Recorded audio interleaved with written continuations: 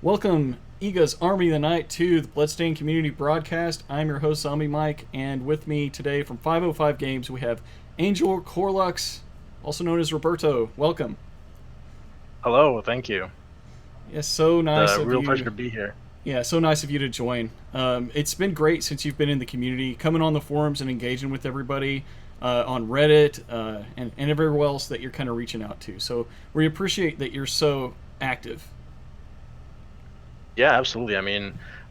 You'll hear this, or at least the theme of this, quite a bit from me, but at the end of the day, I'm still trying to figure out how I ended up here and really just look at myself as a fan. So I just try to do what I would want to be done, if that makes sense, uh, and also keep my job at the same time, though. Sure. Well, yeah. How did you? We're also kind of wondering about how you came to where you are now. Is that an interesting story? Did you just kind of fall into this, or what happened? Oh yeah, it's definitely an interesting story, but it would be one that would take way too long. I think I'll just condense it into saying that I was in a very lucrative but boring kind of career path, and then one day, a while back, I was like, wait a minute, my passion is games, and I'm gonna try and work in what my passion is about. And a lot of blood, sweat, and tears later, here I am. Awesome. So, how long have you been with 505? Actually, not too long. It's pretty recent. I started in July, so I'm still a pretty recent bringing on sort of onboarded person. So, is this the first brand that you have owned with 505? With 505, yes, this is the first kind of flagship thing that I'm taking care of. Right. So, since it's your first, it's obviously going to be like some extra bit of passion. This isn't something you're burned out on doing. This is new for you, and since it's a new IP, this is kind of like your baby now. Yeah, definitely. And let's just put it this way. I know it's going to sound a bit like a canned response, but that passion would be there regardless if it was my first brand here at 505 or my 27th. It's, every single time, no matter the IP, no matter if it's, Bloodstained or uh, Cooking Mama or whatever, the same kind of excitement and just kind of wonder at being able to have this role is still there. Hey, I loved Cooking Mama. You can get excited about Cooking Mama. Plus, Same here. everyone loves food. How do you feel about mac and cheese?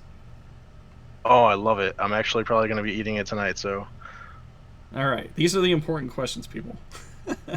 so, so what do you think made 505 accept Iga's plan while all others refused, and why other publishers didn't have the faith that we have in him? well, I think definitely a factor if you want to really call it faith, but obviously it's a very kind of complex process for any publisher to take on any game or any IP, and there's a lot of people, there's a lot of cogs involved in that kind of formula, if you want to call it that. But at the end of the day, it's really just a combination of the numbers make sense, and or at least enough sense for us, and at the same time a huge amount of we believe in this game, we believe in the creator, we believe in the fan base, and all the amazing. I mean, it's absolutely insane the response this IP has gotten, that Igarashi-san has gotten. So it's a combination of those two things, trying to, like, hopefully we all do in real life, combine the heart with the head. You know what I mean? Mm-hmm. Yeah, absolutely. When the Kickstarter first, when Iga made that video where he flies away in bats and breaks the wine glass, that was just amazing. Yeah, that was amazing. Yeah. Yeah, he said that he had backing from another source. He just had to prove interest. So at that point, you guys weren't involved yet. You weren't the one that was agreeing to back him at that point. It was someone else. So how did you guys get involved after that relationship didn't lead to them publishing the game? Well, both because I wasn't around at that time, and also because, like I said and didn't mention, there's a lot of people that I would have to speak on their behalf on. All I can say is that there's an amazing group of people here at 505 that are constantly trying to get the best IPs out there so we can do our best to kind of combine the best IPs and game creators with our best publishing efforts and really give everyone something special. So I know it might sound like an unsatisfying answer, but the best I can say is that everyone kind of got along great and did their jobs, and we ended up with this really amazing opportunity. Right. And do you think that that opportunity for IGA is larger now that 505 is involved? Was there a big gain when he made the switch? Well, this might sound cheesy, but the way I see it is kind of like when you consider yourself to be lucky in a good marriage, for example.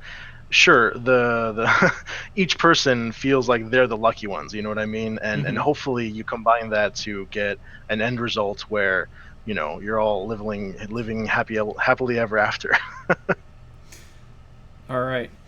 So, because that because the Kickstarter had to prove interest to a publisher, now that that's out of the way, do you think that the interest has certainly been proven? At the time that it Yeah. ended, it was the highest funded Kickstarter for a video game ever.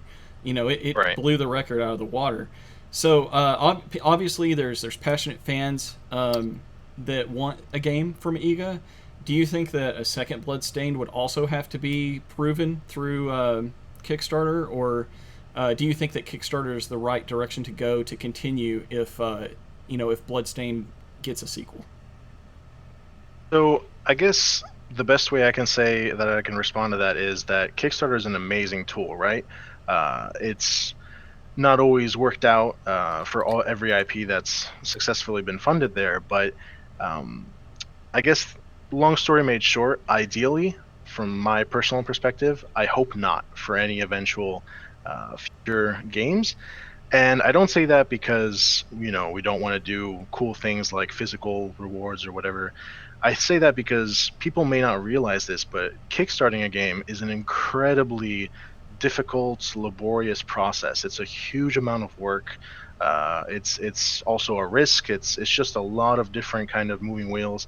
And my hope, at least again speaking personally, is that my conviction rather is that Bloodstained is going to be such a great success, and fans and new fans alike are going to love it so much that we're going to be able to focus on hopefully making Bloodstained 2 or whatever Igarashi-san's next project and next vision is, and already be ready to do that and ready to focus on making a game, doing everything that we need to do without worrying about funding it, if that makes sense.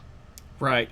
So the last time we saw the budget, we knew the Kickstarter goal, and we were told that that it was backed for a certain amount. We didn't. It was an ambiguous amount, but basically that we kind of met the funding goal, is what Benj had said. That as much as we Right. donated in, somebody had already was willing to put that same amount up. So since then, a lot of time has passed. We've had time to gather Slacker backers, people that are interested in donating Sure. still today, which they can. They can donate up to the $500 or is it $300? I think it's the $500 tier and get all of the rewards that come along with that, plus being part of this before it actually comes out. Do you know I the think right current now it's kind of? actually $500 tier or something. Yeah, I think you can back up to either the $300 or the $500 tier. Sunraiser Right. and Erica say it's 500. So yeah, they can still get the big huge map, which I'll be looking forward to getting. Um, Yeah, me too. but has that number grown? Do you know a current budget number for the game? So, yes, I do, and yes, it has, but I think that's probably all I can say about that. That's fair enough. It's good to know that it grew. There was a time where IGA had offered refunds to those who were disappointed in us moving from Wii U to Switch, but we didn't really take that big of a hit, and that's a great thing. I hope that people are excited to get it on the Switch. We have a user that is a big Nintendo fan, Ixbran, and they would like to know kind of what the features going from the Wii U to the Switch. Is there anything being carried over, and can we look forward to amiibos or anything like that? Some Switch centric functionality.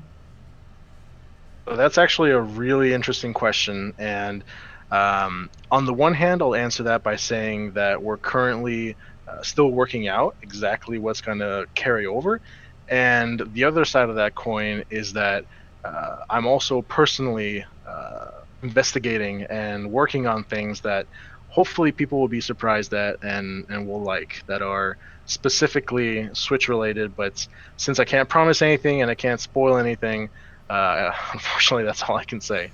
All right, so no comment on Mii's, no comment on costumes and weapons that are No, Nintendo no inspired. comment yet. No comment, but hopefully, if things go well and if I'm able to, knock on wood, do my job right, there'll be announcements later on. Excellent. Well, one of the things I was so excited about when I saw 505 become involved was I love Terraria. My family and I, my daughter, my wife, Oh and yeah. I, yeah, we play together. And we actually even had a Terraria server just for the Bloodstained forums at one time.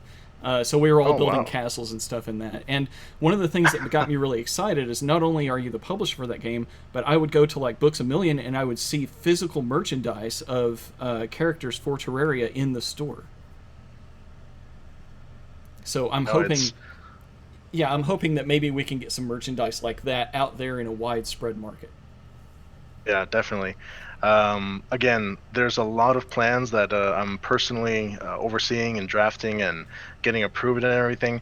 All I can say right now, because I still have a lot of work ahead of me, is that, like I mentioned before, I want to see those things too. I want to go out and buy those things too.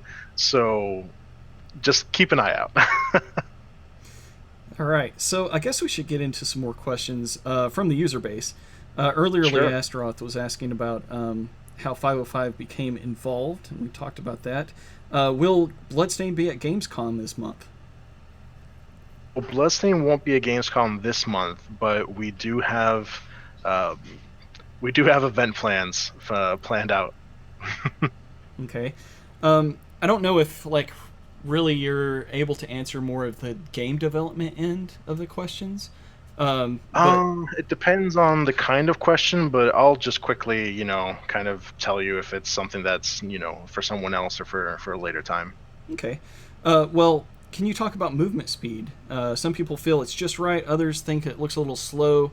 I've seen shot by shot comparisons right next to Symphony of the Night on one side and Miriam running on the other, and it looks like they're running like the exact same speed. But with the screen Right. size difference, sprite size differences, and kind of the way games play, this stuff can be very important to people. Do you think that that's Sure, kind of sure. set in stone where it's at, where we see it now in the videos, or do you think that that's perhaps going to change? So, two things. It's a really important question because I've seen it quite a bit. Two things about that. The first thing is that we have to be careful to not fall prey, and I do this too, so I'm not, chastising anyone.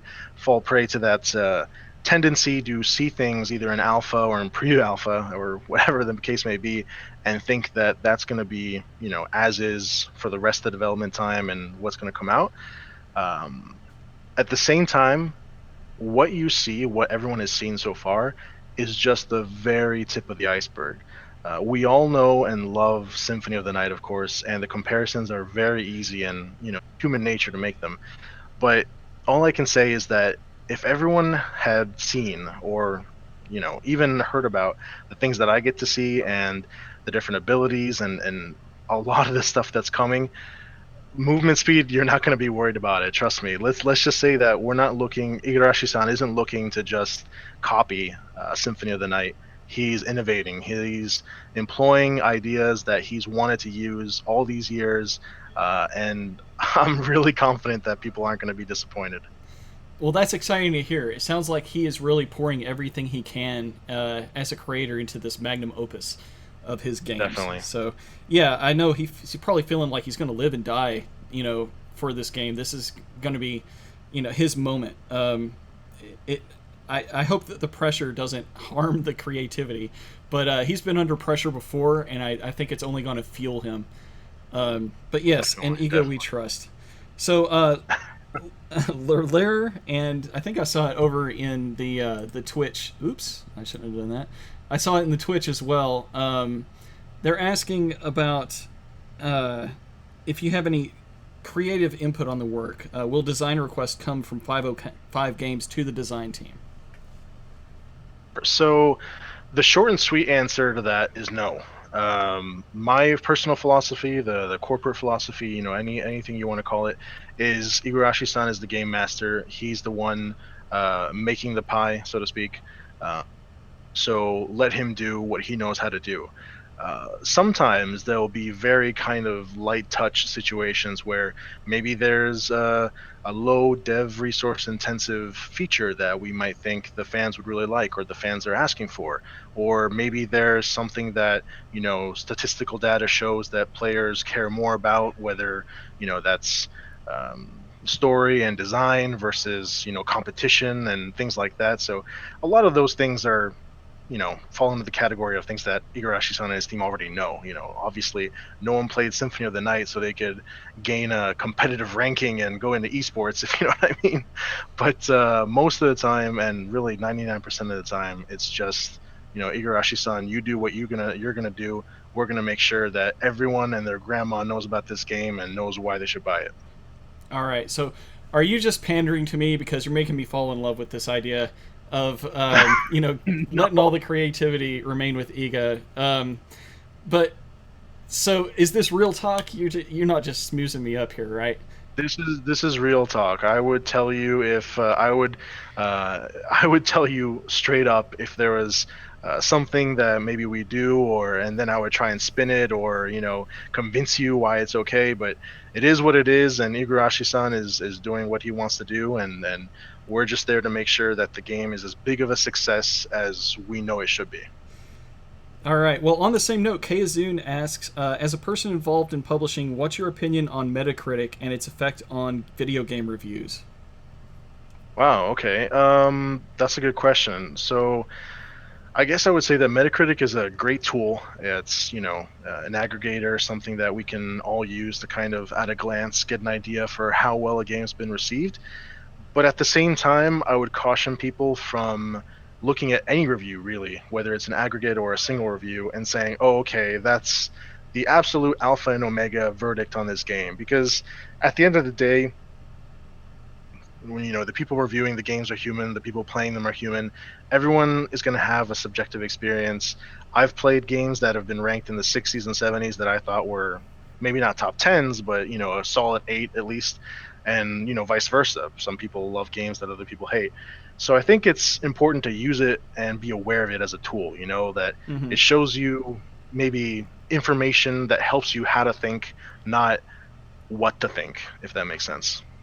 Well, I am no expert in the video game industry, but I've heard that sometimes critic scores are written into contracts for developers. Is any Sometimes, like, it's bonuses and, you know, all kinds of different clauses and stuff like that. Yeah, so is there anything that's an incentive for this to do well from the development end? Absolutely not. We didn't put any kind of limits or barriers or bars for Igarashi-san and his team to meet. Everyone involved, both on the development side and the publisher side, all we care about is making sure that it's as big of a success as possible for the, let's say, the good wholesome reasons, because everyone wants to make more games, everyone wants to be successful and make money, of course, but no one is going to Igarashi-san and saying, you better get an 82 on Metacritic, or otherwise, you know, we're not giving you that puppy or whatever. Oh, give him the puppy. The man deserves a puppy. Um, Right. okay, so your official title is the brand owner. When speaking of brand ownership, we all like the idea of Iga being in control of the IP. How does brand and IP work between creator and publisher? Sure. So my official title is the global brand manager, and that means I'm the brand owner for the IP, which basically means I'm the hub for the game between art play, between the developer and the publisher. Um, there are going to be lots of people that are working with me from different departments, but at the end of the day, it's my job to make sure that all of that comes together and is on point. The IP is thing. It's not, you know, I'm not owning the IP. I'm not telling Igarashi-san, hey, I noticed you don't have hats in this game. You know, TF2 does it, so put in hats. Hey, we My want job hats is though. just, We gotta have hats though. It's part of Miriam's outfit. I mean, she switches her head down yeah, already. you know, But we're not going to You know pay what I mean, DLC though. the hats, though. I get Right, you. right. Not to like, I'm not gonna call Igarashi-san and say, hey, okay, so loot boxes with keys and put in RNG for him, and like all that stuff. That's not what I'm about. My job is just to basically be the hub, the liaison, and at the same time also coalesce everything, all the efforts, and make sure that whether it's our retail team or our creative teams, and making trailers or everything and anything, kind of making sure that I have my eyes on it, and it's gonna be on point. Right, and you do listen to fans and make creative requests if they don't like really impact heavily into development. And Chris Levin was asking a question about what kind of ideas you think yield the most value to the player while not demanding an unreasonable amount of development resources. So, like maybe things that players might suggest for the game that would take too long to actually implement, like animations and online multiplayer and stuff. Where do you like? How do you make that decision, and what do you think would be good? Sure. So it's a hard question to answer, because just like with game development itself, every case is going to be its own scenario. So it really just, I would say, comes down to common sense. If someone, for example, asks, "Hey, why is this a side-scrolling game? It should be a 3D go-kart adventure game," then that's probably going to be in the realm of what's not possible and doesn't make sense. If someone instead says, "Hey, this outfit would be really cool if it had a different color palette or something," Mm-hmm. that's something obviously on the much easier, more feasible side. So it really just boils down to how much resources it would cost the dev team, and by resources I mean everything: time, all, not just money, Right. and also what the players get out of it. Because if we're going to have to spend an extra, week or whatever, working on a certain feature that was requested, but only, let's say, 5% of the players really care about it or are going to use it or even see it, versus something that might take 2 weeks or even the same amount of time, but everyone and their grandma is going to see it and use it and love it, then it's just kind of a give and take, and weighing your options sort of deal. Yeah, well, with a game like with an EGA game, it's the little things that people might not see that actually make such an impact on the fandom. You'll have something Sure. that you look through this telescope and see a boatman down there, and it absolutely has no value, but it's some interactivity that is valued. Do you Sure. think that Sure. aesthetics that are more globally visible take priority over the little things like that? To really, what lends to the success? More interactivity or like the visual aesthetics. Okay. Well, I wouldn't say, I mean, those are, like you said, those are the things that we really tend to look at that make a game be special. Like, a game can be good, it can be fun, but all those little things put together make a game great. So we don't really worry about not having those in the game, because Igarashi-san already, that's his style. His attention to detail, his pouring of himself and his vision into the game.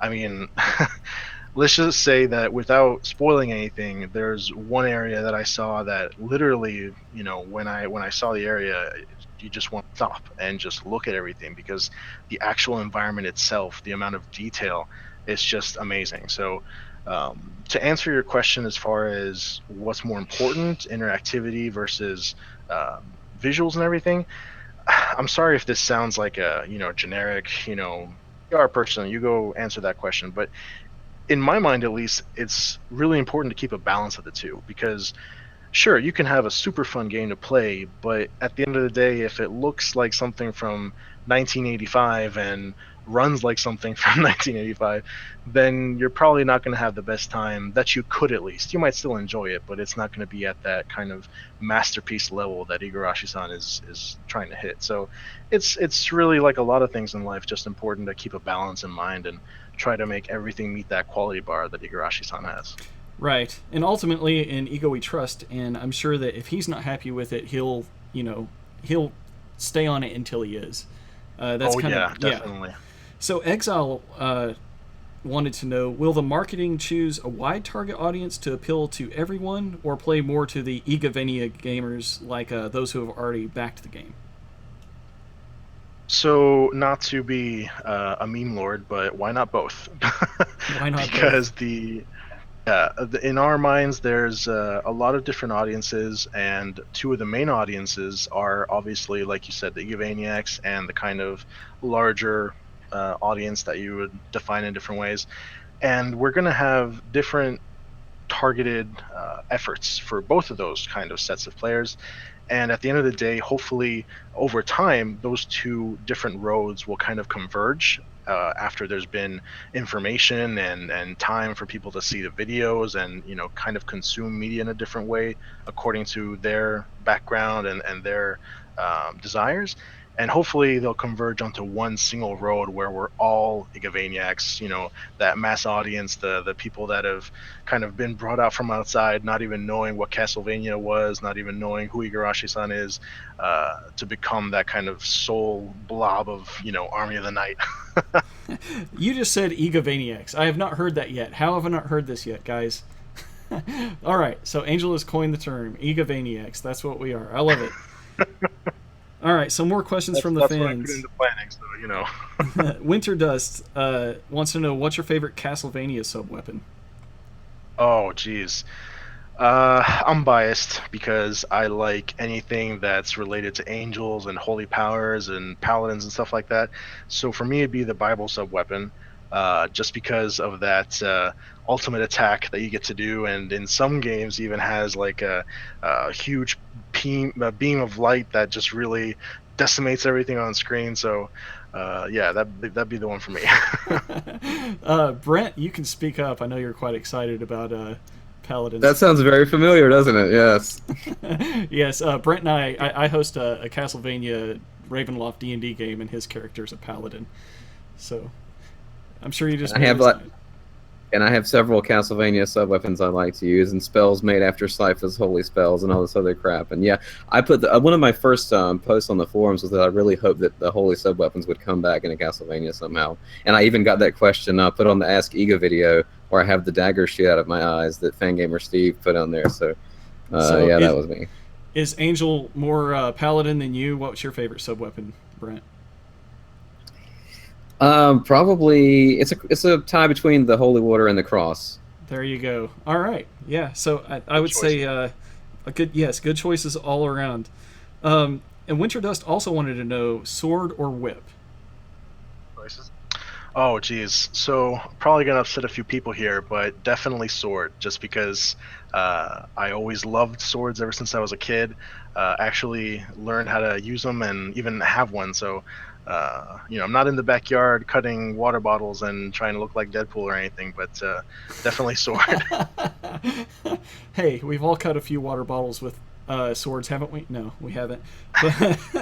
But I don't think that will upset the majority, since the sword won in the whole swordorwhip.com vote, and it was decided that the sword kind of took over, and that was Alucard's main weapon. Oh, wow. So it's okay. I love whips too, though. I why not both? Again. Exactly. Right. So Mad Pony says, what was your favorite aspect of Symphony of the Night? Can you tell us your favorite aspect of Bloodstained? Sure. So for Symphony of the Night, I would have to say that it was the first time playing a 2D game that really immersed me in the character and the feel of the world. I don't know maybe because of how Alucard moves and how he's just, steeped in this dark gothic fantasy, but it really made me feel like I was playing, that I was, the son of Dracula, the son of the biggest monster in the world and the most evil monster in the world. So it was just that kind of, being immersed in that setting, in that, the gameplay and the combat and how he moved. As far as Bloodstained, there's so much that I wish I could choose from, but I'll stick to things that are publicly available right now. So I'll just say Miriam, because I'm a big fan of female protagonists that have like a really rich story and really kind of just loving craftsmanship put into them. And everything about her just makes me go crazy. Not only, how she looks and how she moves in the game and everything, but even if you look at her art, or even just in the game itself, she has this really amazing look where she looks sad, but angry and superior at the same time when she's I don't know, it's hopefully it doesn't sound cheesy, but it's just something I really like, especially because in most games when I'm given the choice I just default to male, in role-playing games for example. Hmm. So I love, when I get to play a great female protagonist like Miriam or um, uh, Aurora from Child of Light, if anyone's played that, or and any great protagonist like that. The new Lara Croft is amazing. So Speaking of Child of Light, Yoshitaka Amano did a poster for that game, and he's doing one for Bloodstained as well. Yoshitaka Amano is one of my favorite Japanese artists, one of my favorite artists of all time, actually. But you mentioned that how Alucard moved was important to you, and Mojojo and AQ Official were asking questions kind of in that vein about how the characters often like glide before they step or after turning, and yeah. that's important to them. AQ Official says, will Miriam have unique animations for lunging as you first move forward, change direction, and double jumping?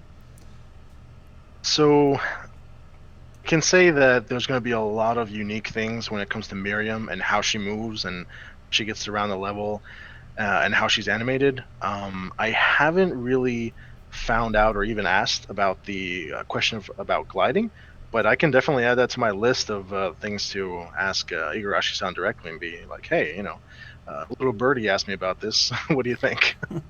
Cool. All right. Well, Molinowski asks, what has been learned from Mighty Number 9? Mostly how important it is to communicate honestly and clearly and often with the fan base and with everyone really involved. Um, I will say one thing that I haven't practiced or anything like that, so hopefully it doesn't sound like it, but it does come up a lot because people have obviously had bad experiences on Kickstarter with other IPs. But all I can say to that is that at the end of the day, there's a completely different IP here when we're talking about Bloodstained, completely different development team, completely different everything. So Yeah, different publishers, I would just invite people. everything. Yeah, So everything yeah, is different. Sorry, go ahead.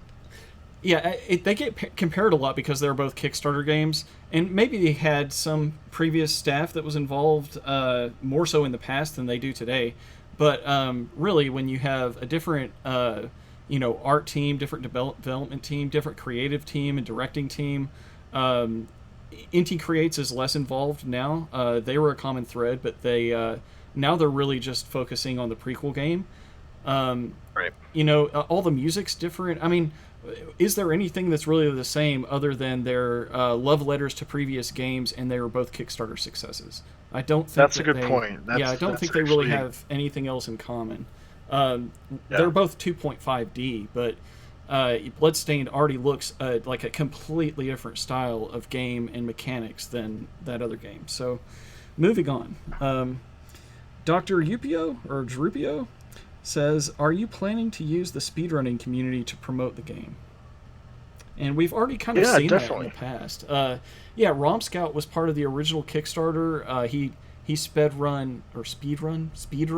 I don't know how do you say that in the past tense.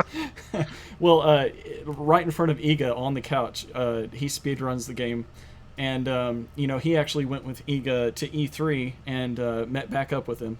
So we already have kind of Rom Scout helping us promote the game. But as far as the future goes, do we have any planned promotions with Speedrunners? So at the moment, no, we don't have like concrete plans saying we will do this at this date and all that.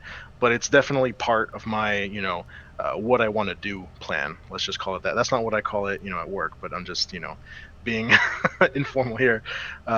It's one of the many things that we're looking to integrate into our marketing and even just the overall experience for our fans, because we know I'm not part of that community because I would just suck so bad at trying to speedrun, but there's a lot of people that either are good at it or love it, so we definitely want to it's part of the heritage. It's part of the what makes the IP great, what makes Igavaniacs happy, so it's definitely something that I have my eye on. All right, cool. So I'm Repairman Man. I'm Repairman Man. That sounds like a great superhero. He's Repairman Man. I guess he was dropped into a cave full of repairmen and came out with a whole new secret identity. But he asked, what happened to the monthly updates? So I'm assuming he's talking about the Kickstarter monthly updates. Yes. To answer that, I can say that everyone will be very relieved and happy to know that we're focusing on updating people as often and as necessary as as possible, because we don't want to just kind of you know bleed out information until it just becomes noise. But at the same time, we basically hunkered down and focused on development and getting everything kind of set in a row, if you want to use that expression. So updates from Kickstarter kind of took a bit of a back burner second seat, but we're definitely going to be communicating a lot more. Everything you see here, me on the podcast, integrating or interacting with the social platforms and everyone online, that's literally the very tip of the iceberg. There's so much coming. Excellent. That's such great news. Luke Westmoreland asks, will Amiibo support be considered for the Switch version, which we kind of already talked about.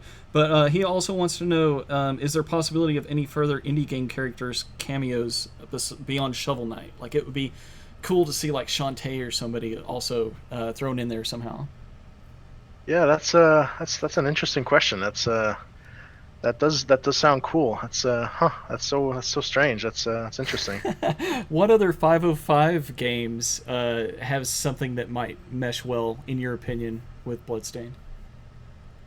I mean, off the top of my head, I can think of a few that would possibly. No, I don't think. I mean, there was some other game that people really cared about. I can't remember what it's called now, but it's Independence. I don't know. I'll think of it later. I'm sure we'll see what's possible. Excellent. Okay, so Castle Dan Yes. has questions, and Castle Dan's here. Hi Dan. I see you there in chat. He says, "Are Morte the replacement for skeletons?" Very good question, and I get that a lot. And you'll have to forgive me because I can't give you an answer. Okay. But it will eventually, or we will rather eventually. Okay. Well, we know it's something that's important. Let's just put it that way. all right. Well, Castle Dan just wanted to nudge you to nudge the development team to either make Morte a little bit more skeletal quality or have skeletons. But he also wants to know, like, do weapons and special spells have button input codes? We've heard it confirmed before, but we still just want to make sure it's right. That we will be able to do. That's actually something I don't have visibility on at the moment, but I can definitely add that to the list I was talking about, and it's something that I'm going to be briefed on very soon anyway. So, but if it's been confirmed, I'm sure the general rule to follow, at least with us in this game, is that if something has been confirmed, unless we've come out publicly and officially saying, sorry, we weren't able to deliver on this, and this is the reason why. I know it's human nature to worry about things, but unless that's happened, there's no reason to worry. All right. Well, you guys can pin that on me if I'm wrong. I thought that it was confirmed, and I still do. I thought I heard that during a Twitch stream somewhere in the E3 interviews, I believe. But there's a great spot on the forums to go and check. It's called External Articles, and there's a lot of stuff posted in there you can dig through to find that kind of stuff. Recording, what information we find in there should be a priority, too. That way we don't have to scratch our heads about where we heard things. But anyways, onward. Castle Dan had more questions. In terms of the alpha, how much will the alpha be showing off of the game? So that's actually something that we're in the process of locking down right now. So I wish I could say, it'll be X amount or X percentage of the game, but we're literally doing that right now. So when I respond to some people online who are, very anxious, just like we all are, to play the alpha, and they ask where it is, and I just post soon, that's because it's soon. All right. So, are there transformations in the game? Oh boy, no comment. All right. Will the familiars have more personality like they did in Symphony of the Night, or are they going to just be more like enemies that just kind of hover around, no voice acting? So that's actually something else that we're going to be working on next week with our play. So unfortunately, it's bad timing as far as answering it right now, but we'll definitely be able to answer that pretty soon. All right. Boval asks, has a level cap been decided? And the first demo, we saw a limit of 255 because Leo Wolferow, they played it to that point. They got it max leveled. It was amazing. Well, that's definitely a question for Igarashi-san himself. He's him and his team are, it's one of those dev things that, like I mentioned before, and this is proof of me not, I don't want to wade in there and say this is what they're gonna do or what they should do. It's just for him. Crocodile says transformations all in Knights of Azure are way better than just turning into enemies. So, their message delivered. I'm not sure I've played Knights of Azure. Sorry. I have to look it up. Yeah, I don't think I'm familiar. Okay. Well, we got to get schooled. One Salinas Jr. says, will there be an option to turn off the animation for when Miriam gets a new shard? So there's actually a lot of work being done with that right now, and since we know it's going to be an integral and kind of staple of the game, it's an integral part of the game. We're things, and hopefully quite soon we'll be able to make a few announcements that'll make more people happy, because there's been a few questions about that. People asking, will we seeing different animations, will we be able to turn it off, or will there be different sound effects for Miriam scream? And all I can say right now is that it's something that they're in the process of implementing in the game. So again, another question for Igarashi-san and his team. Okay. Dan from Umbrella. Now, they say they're Dan from Umbrella, but this sounds like a Castle Dan question to me.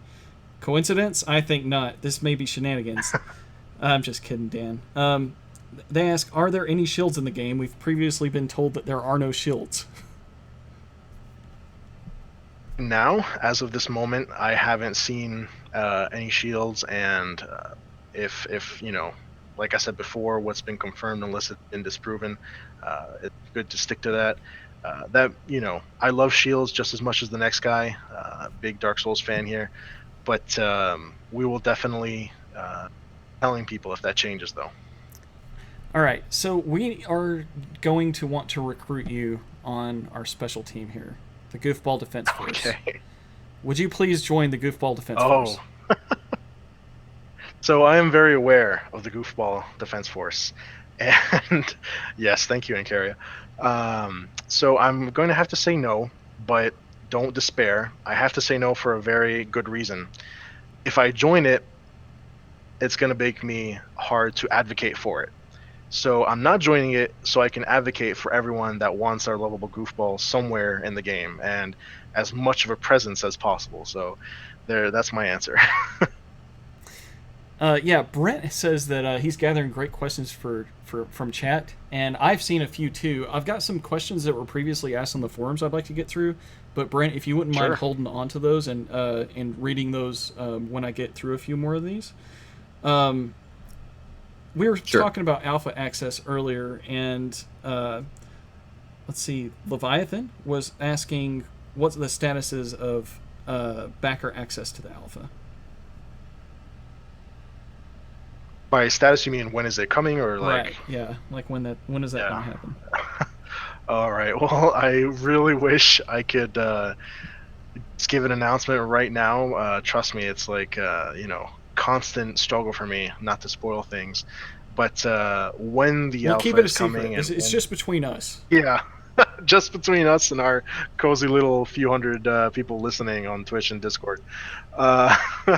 No, an announcement, like I mentioned before, how we're going to be ramping up communication. People are going to be having an announcement on that very soon. Awesome. Very soon. Very, very soon. In a matter of days or months. I'm just kidding. Weeks, maybe? No, I'm just I'm kidding. sorry, you were cracking up there. I couldn't hear you. Right, yeah, it happens. Let's see, Yeah. what else did Leviathan want? For buyers who purchase a physical copy of the game, do you know what kind of box art we might expect? Are backers limited to, or are backers the only one that get the Ayami Kojima art? I think so. But One of the rewards is the kind of exclusive, quote unquote, art. But that's something else that, since we know how high of a quality level that art is, and how everyone is looking forward to it, we're basically trying to straddle that line, that balance of not keeping things a secret too long, but also revealing them and making sure that everyone, or at least as many people as possible, are aware when we use it as a as an announcement, as something to talk about. I see. Okay, well, that's an interesting question. I really like the answer. What? Let's see. Xbrand, I've already gone over the Nintendo stuff. Andre asks, when will the game be available for pre-order on PlayStation, Xbox, and Steam? It's something that's obviously going to happen a little bit later on, though. Probably nearer to when you could expect some trailers to start dropping, and real kind of broadband visibility, if you want to call it that. But yeah, it's going to happen. Just don't expect it, tomorrow. I see. Um, all right. So, Trick, good member of our forums there, asks or says, "Welcome, Angel. My question is, what type and quality of material can we expect for the physical items? For example, would the map be made of parchment or cloth, or would it be designed in a way that feels authentic to the era the game takes place in?" Sure, that's a really great question, and all I can tell you right now is that I'm working with Fangamer. They're really great people, because we're gonna make sure that all of the quality levels, all of the items that have certain materials, that it's all on point. Not only because, but I'm selfish in this, because I backed the game just like everyone else. I'm not trying to brag or anything, but I was at a rather one of the higher levels, and I'm looking forward to my merch, and I want it to be good. Right. Were you aware of Bloodstained when it was first being kickstarted, or did you come in later?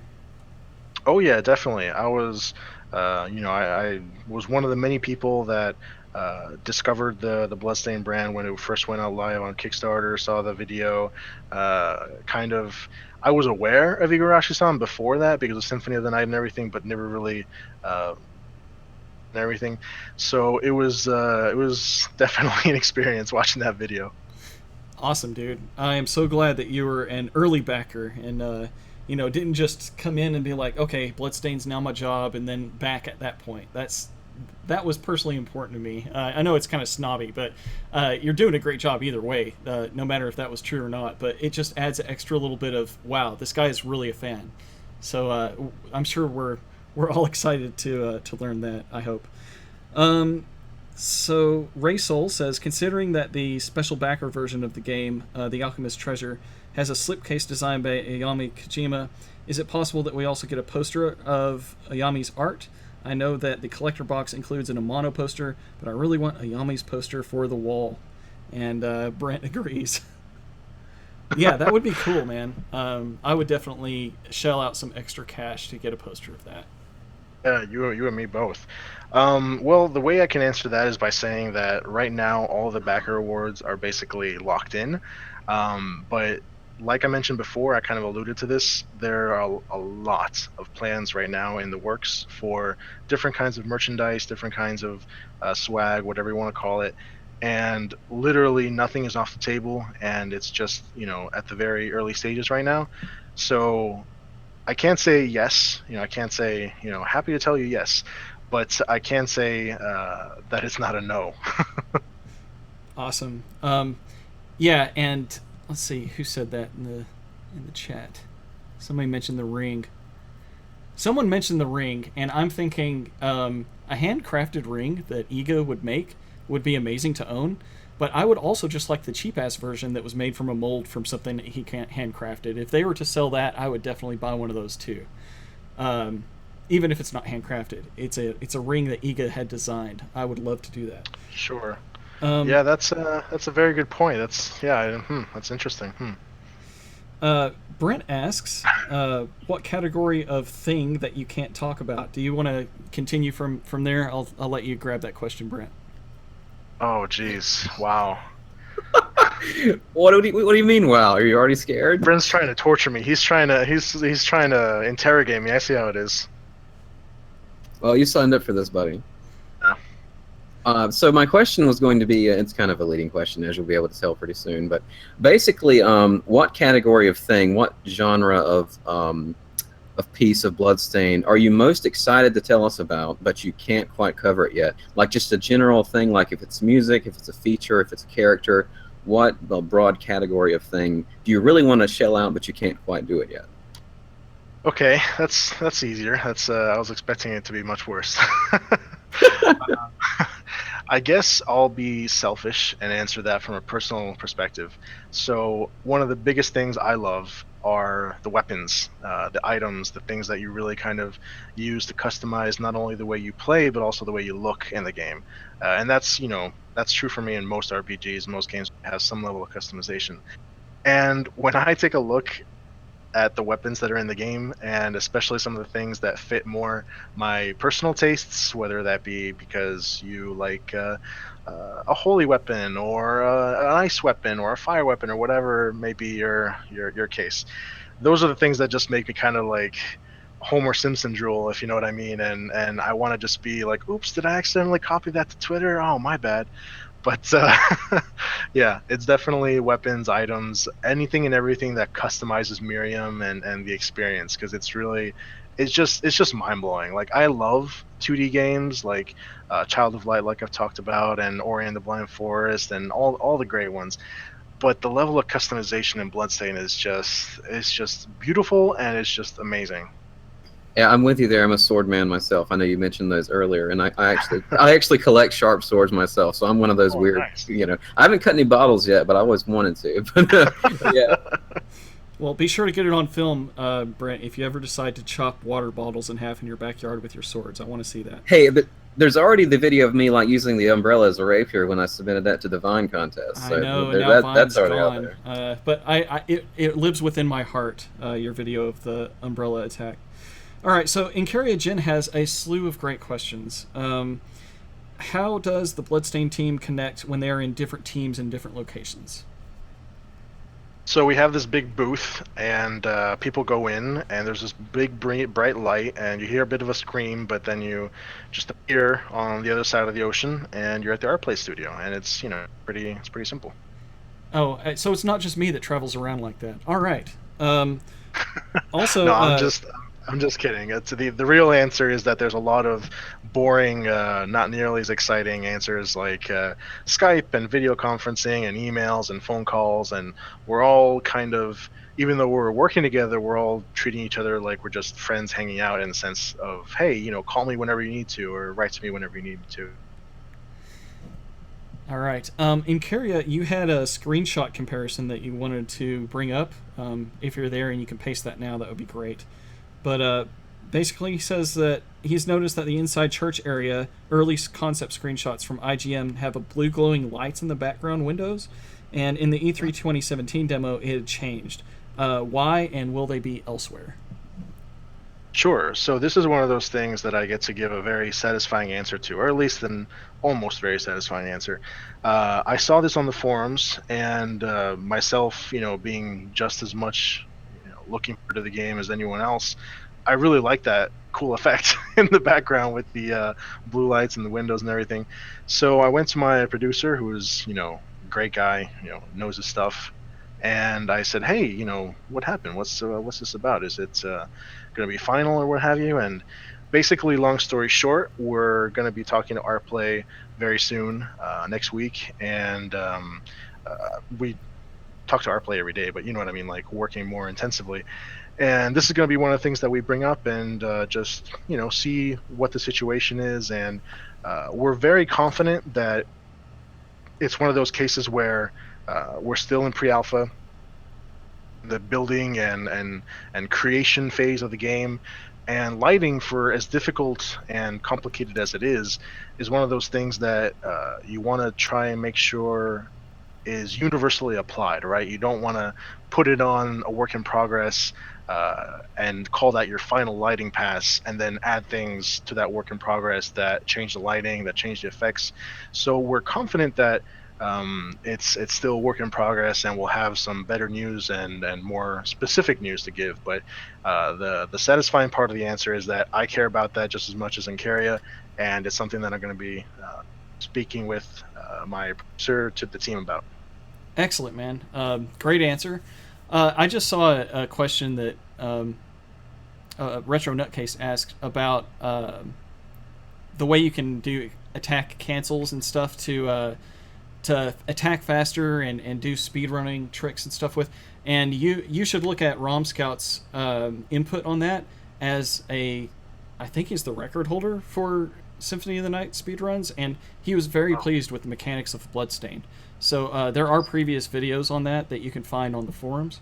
But to continue with Incaria's questions, what's your favorite environment thus far?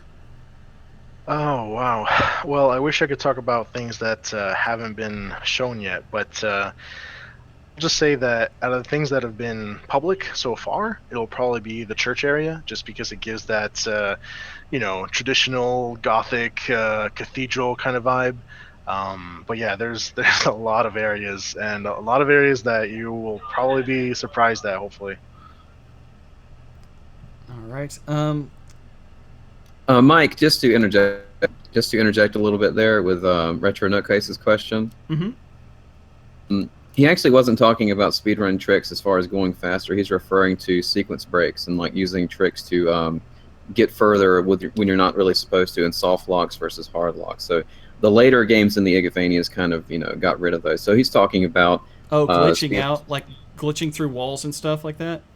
Is that more along the lines? So he's wondering how hard like the game is going to be as far as how tough it locks out those tricks where you use certain mechanics, certain abilities to get further than you normally would, because the later Igavanias kind of did away with that some. Huh. Well, I would assume, but I can't really speak on that. So that's probably one of the things that we're only going to be able to find once the final version's out there and we try to break it. Yeah, probably. Huh. Yeah, I don't know. Yeah, if we probably just answer this question. We probably just don't know yet. Right. Incaria asks, will save rooms be multi-purpose? So there are a lot of there's lots of fun ideas we have about how we can use them in other ways. Yes, I am definitely aware of those ideas. I wish I could answer that, but it's not my place, so I'll just leave that question to Igarashi-san and his team. Is there any word on if Bloodstained will allow modding, maybe even a Steam workshop?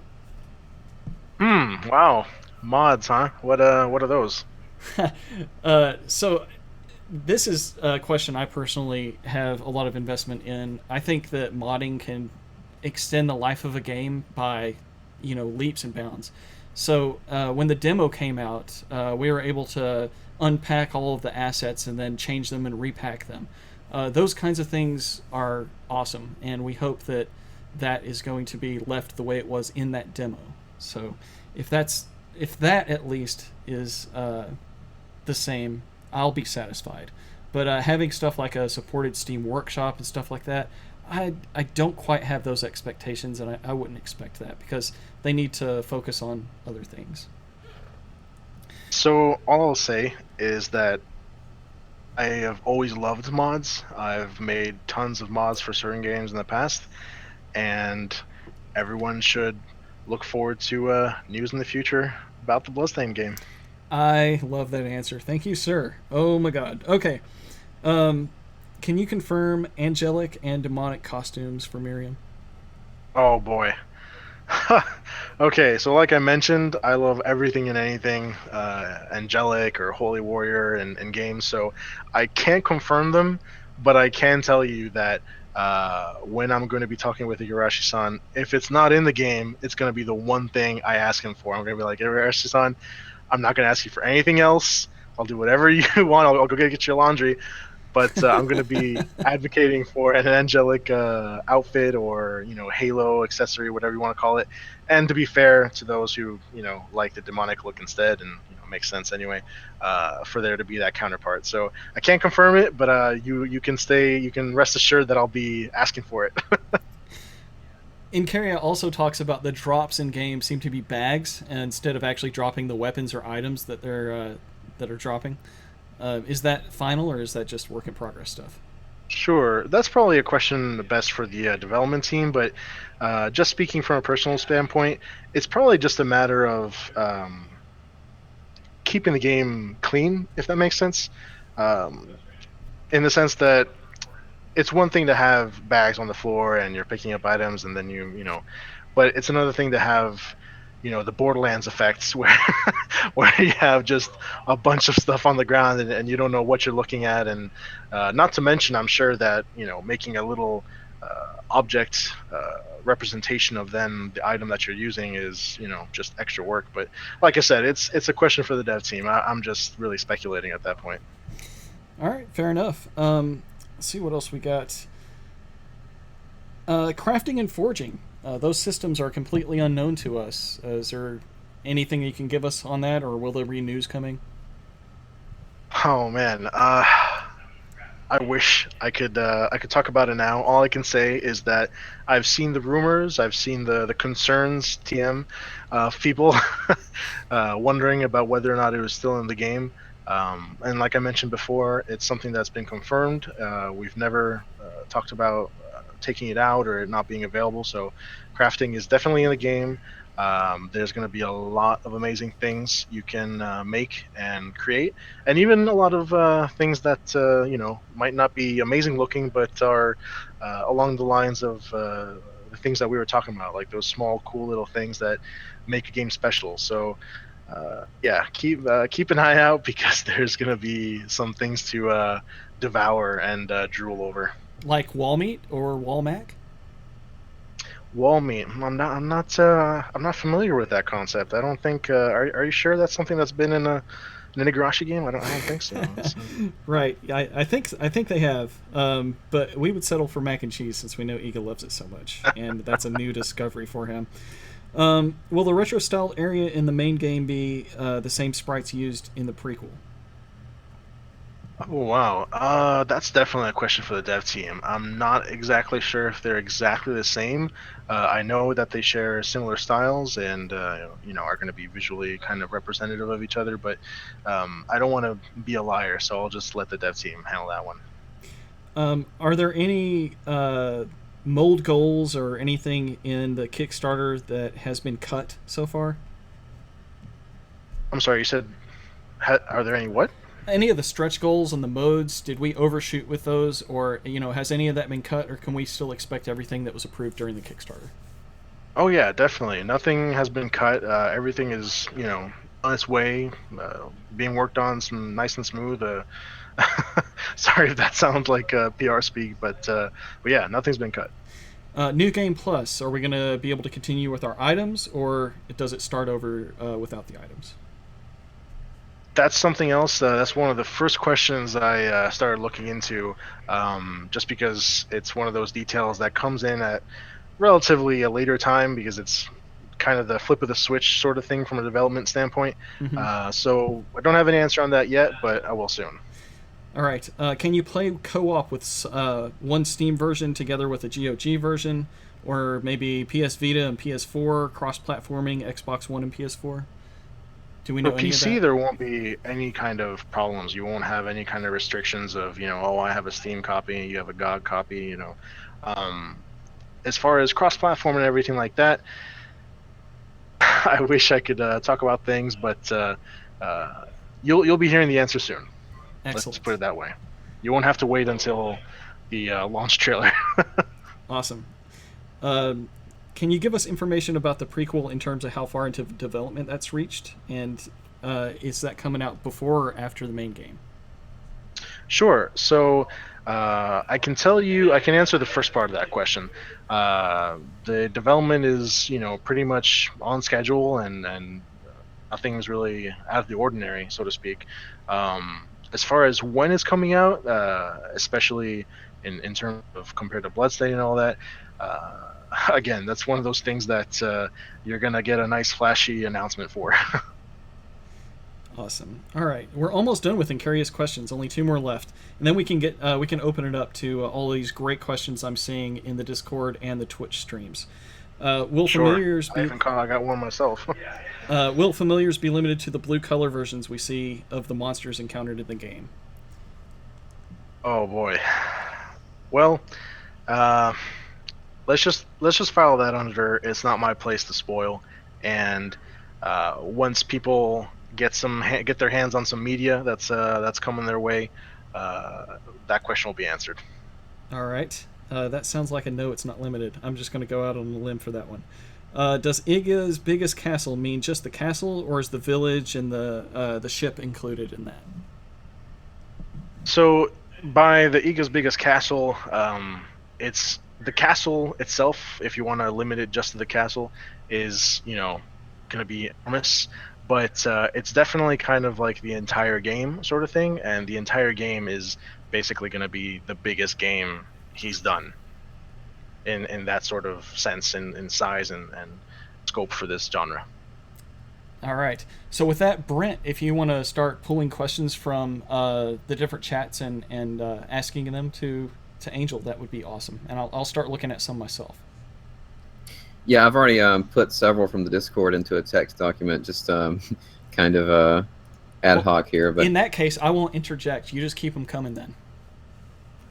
all right, cool. So the first one I got actually was from Gunlord himself, and who's one of our mods and a great guy, and from the Castlevania dungeon, Smoop. So it's Smoop. All right. So first thing from Gunlord is, do you know much about Bloodstained's budget situation? A lot of my friends are worried about how much it costs to get Deco on board. So I was wondering if you could talk a bit about that. How does the situation look in terms of money and time to completion? Sure, sure. So I can't talk about actual numbers, of course, but I can answer that question by saying yes, I am totally aware and apprised of all those numbers. And everyone, no matter if you've backed it at the minimum or the maximum, no one has worry or cause for worry.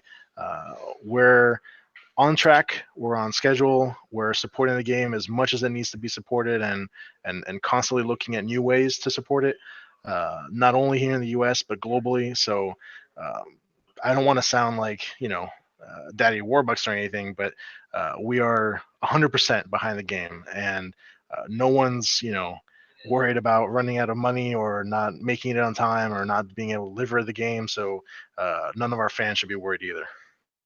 That's great news, because historically budget has been a limiting factor for Iga, because he only had what he had from Konami, and he had a really tight development schedule too. Only a year, I believe, for Portrait of Ruin.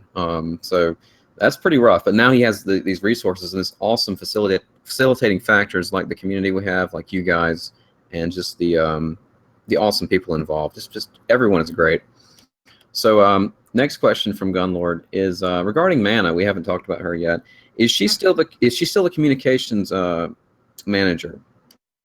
Yeah, so Mana's technically still the communications manager. She's just been kind of taking on so many greater and greater responsibilities that with me coming on board, I never looked to replace her or uh, supplant her or anything like that. It's always been kind of a let me help you out since you're doing all this amazing stuff and helping out with really important things for the game development. Um, and just kind of continue the great work that she's been doing, and yeah, just kind of plug some holes, so to speak. All right, excellent. That's good to hear. And we have put 2 and 2 together in the past, and we have kind of an inkling that she might be working on the backer portraits for the game. So everyone can look forward to that. Talking about Mana definitely is not an amazing artist, and definitely did not stare at her art for more than I should have. So yeah. Yeah, I found her art on DeviantArt, her account and her website just by accident because we needed to email her money to buy the team donuts, and I just looked at the domain name of her email address. I was like, wait a minute, what is this? And it was her website, and the art blew me away, and I had to make a thread about it immediately because Yeah, she's absolutely. she's done all this art for games that I'm a huge fan of because I'm a big Valkyrie Profile fan. That's what my name is from. And she's done characters from that, and that's really obscure, so it just blew me away. Yeah, yeah. But It was so impressive to me that I took a very kind of meh approach and didn't care about appearing like a creep when I sent her a LinkedIn request when I literally had just joined the company. I was like, "Hey, this is Roberto. I'm, the new guy and going to be working with you. By the way, I love your art and it's amazing. And oh my God, how can you make such amazing art?" Yeah, basically, and she was inspired by Yami Kojima herself, so it's really Right. cool to me that she's like kind of grassroots. She was a fan, and now she's getting involved with the project, so she's like one of us, and we're working with Iga in the art avenue, and being a fan of Yami Kojima is just amazing. But Definitely. so let me not gush too much here. We're gonna go on to the next question. So Sunraiser asks, what are the food items like? Will we get as many as we had in Symphony? Oh wow. Let's just say that people are going to be very happy when they see what food is in the game and how you get the food and what effects it has. So yeah, I'm sorry. I'm sorry to be such a tease, but yeah, it's gonna be great. That's what I expected. Good to hear. All right. So going on, we're going to have Crocodile ask a few questions here. And first of all, he's wondering about the bell in the E3 build from this past year. Oh That my was god, oh jeez, you stole it from me. That was gonna be my one. This is proof that I'm not a sellout, and I'm gonna confront the bad questions, or not the bad questions, the uncomfortable questions. But anyway, go ahead, go ahead. I mean, the way I wrote it out in my text document was just the bell, LOL. I love it. Yes, that's great. Oh geez, yeah, I am aware. It was one of the first things I saw on the forums and from the gameplay videos. Um, let's just say that you are not offending me. You're not offending anyone on the dev team. I'm sure we want to hear that from fans. So if you not only the bell, but even in the future, if you ever see something within reason, please don't tear us to shreds. We're all humans with feelings and hearts, but we are aware. And Igarashi-san, like I mentioned, has an insanely high quality bar, and I mean that in a good way, not the bad way. And he's not gonna sign off on things if that quality bar isn't met. So I am aware of the bell. I've seen the bell. I think it's awesome because it kind of hints at things to come. Dot dot dot. But yeah, uh, you can expect improvements. Yeah, I mean, when I saw that, it was like almost clearly to me like a placeholder thing. I didn't intend that, Sure. like I didn't see it as like a final asset or anything. So I don't think it's even mean really to pick on it because it was kind of like, okay, that's just there for now. But One of those things that kind of stands out because it's so big and interactive in the environment and everything. But it's normal to worry about it, but I would say don't worry. all right. So next thing is this is an interesting question. This was actually a while back. I think it was 2016. But we had a poll on the forum regarding castle design and different regions for the castle. Do you Yeah. have any? Do you know of any like influence that might have had if they talked about that? I'm sure Mana brought it up a few times with the team, but you know of any influence that poll we had on the game? So I haven't spoken specifically to the team about that poll and what decisions they made because of it, but I know just because it's something that we talk about at fan feedback and call outs on the forums and anywhere really online, all of that gets funneled to the team. Obviously, in a condensed, summarized format, we don't, just dump 200 pages of printouts on Igarashi-san's desk. But I would be lying if I said, "Oh yeah, that specific thing. I know that we talked about that." But just logic would dictate that it had an effect and that they listened and took that into consideration. Not to say that Igarashi-san decided to change everything according to that poll, because I'm sure everyone is aware Igarashi-san is very open and attentive to fans and concerns and everything. But at the end of the day, he's going to incorporate that and take it into consideration rather than just have a knee-jerk reaction and say, oh, well, such and such many people didn't like that, so it must be horrible, if you know what I mean. Yeah, I know exactly what you mean.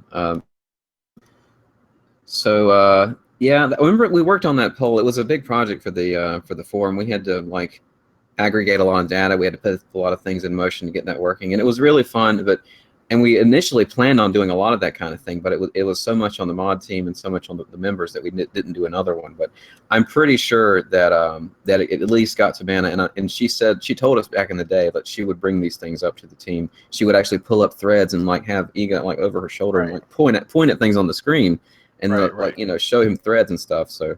Yeah, well, a lot of people might not know this about because a lot of things about the game industry are kind of nebulous, but that's part of what community managers do. Part of their job is basically aggregating and summarizing the biggest concerns and hopes and wishes of the player base and presenting them in a clear, concise way to the dev team and saying, hey, these are the biggest issues and worries or the biggest things that players are hoping for. So if I'm not aware of that poll specifically, but if from what it sounds like, I'm definitely sure that they talked about it. Well, we have a certain section of the forums just dedicated to game suggestions and feedback, and it's very organized, and we moderate it in a very different way. You're going out some, Mike. Yeah, if we can utilize the parts on the forums that were made specifically for the user feedback stuff, there's a lot we can do with that. So if that helps you, just let us know how you want us to see it used, and we can format it in a way that condenses it in a easily funneled way. So that is a tool available to you. Yeah, definitely. The suggestion section on the forum is really great. It was really fun the first time I read through that. But yeah, we can definitely take a look at that and see how we can kind of summarize it and condense it already before we even present it and bring it up to the team. All right, so I've got some more here. Next is from Lesteroth. This is from earlier. He forgot to ask if there would be any steampunk elements in Bloodstained. And for one thing, I know that there's a plague mask. I remember that at least. Yeah, I wish I could answer a question like that, but unfortunately, that's really going to the core of what's going to be in the game. So I'm going to leave that until another time when Igarashi-san and his team want to talk about something. All right. One more from Crocodile from earlier. What happened to the Starfish Enemies from the very first prototype of the game? They seemed like they were going to be the Medusa heads of the game, but then they got replaced by the Dellahammer heads. You know anything about little Starfish guys? No, unfortunately, I don't. That's something I can definitely add to my list, though, because that's definitely a developer side question. And when I say I'm adding that to my list, I don't mean to, let anyone feel like they're being PR'd or whatever. I have an actual list of things that I'm writing down and noting down, and we'll actually be going over with the dev team, and we do that regularly. So Okay, so I just have 3 more here, at least for now. One more from Sunraiser. Will there be an empty room like in Harmony of Dissonance where we have to gather or we can gather furniture and play interior designer and make it look pretty? I don't know if you played that game or not, but Juiced Belmont could find random pieces of furniture in the castle and make his own little room, kind of like how we had a big thread about Miriam's room earlier, where it would make sense for Jeeble to have a room for Miriam in the castle. So we're wondering about that. Right. Well, oh geez, it's funny just because a lot of the questions that you're asking me very innocently are a lot harder to resist spoiling things than the question that you gave me specifically trying to spoil things. All I'll say is that there's going to be a lot of things regarding customization and really letting the player express themselves with how they play and how they look and how they interact with the environment. So I can't give an answer right now, but just look forward to it. Awesome. All right. So next one is from Retro Nutcase, and he asks, can we expect to see any abilities or Easter eggs that act as nods to Castlevania, or as close to as they can, rather, without going into copyright infringements such as classic Castlevania sub-weapons like the Cross, Holy Water, or Symphony's best sword ever, the Chrysogram Way. And I'll answer that ahead of time. I've asked the same thing, I think, twice in official capacity already, and they're kind of trying to avoid that, but I'll let Angel say. Yeah, and I mean that makes sense really if you think about it, because at the end of the day, Bloodstained is going to be a spiritual successor. It's not going to be a Castlevania version XYZ, if you know what I mean. They're building a completely just. I mean, I'm sorry, I'm not gonna go into a gush mode because otherwise it'll sound like I'm trying to sell the game. But it's a Well, that's completely okay. new IP. That's okay to do. We're fans. We want to hear that. So gush away. Right. All right. Well, let's just say that expectations out of the water. Let's just put it that way. It looks amazing. It plays amazing. There's so many things about it that we haven't even talked about that people don't even know to ask about yet. So all I'll say is that are justly it's human nature to say, oh well, are there gonna be all these callbacks? And yeah, there's gonna be like that feeling, and it's like I said, a spiritual successor, so you're gonna get that regardless, but you're gonna be so just entrenched in all the new things that you're probably not even going to be bothering to think, oh well, what about that XYZ thing that I saw in Castlevania 3 or whatever. Yeah, got you. And I would actually answer in addition to that, Retro Nutcase. If you don't mind, you could watch that last Ask Iga video where I asked almost the same question, and he actually gave an answer where there's not sub weapons, but there's almost something kind of like an analog to that. There's different abilities and skills that she's going to have, which may be reminiscent to that. And he's aware that people want those types of things. They just can't use them as direct one-to-ones. Right. So, right. So the next question is from Zero Star, and he's asking, and I know the answer to this one too, but he asks, is the character shader final? Is there a chance we could have options between character shaders in the settings? He asks because he personally didn't like the black outline around characters. It makes the game characters look like Who Framed Roger Rabbit to him. I gotcha. Well, to answer the first part of the question, all the development is still work in progress, of course. That's, very official and confirmed. So don't ever look at anything and say, oh, I hate that, it's never going to change, so I'm going to hate the game.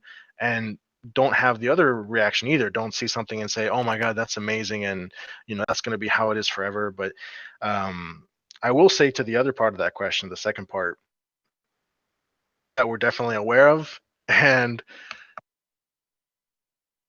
let's just say that Igarashi-san is aware. All right, awesome.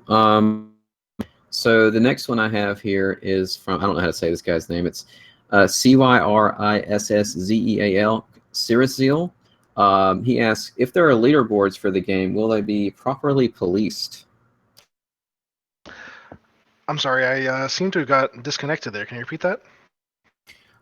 He's asking about, so it was mentioned earlier there would be leaderboards for the game, and he's asking, will they be properly policed? I guess he's worried about, cheaters and boosting and stuff. Oh, sure.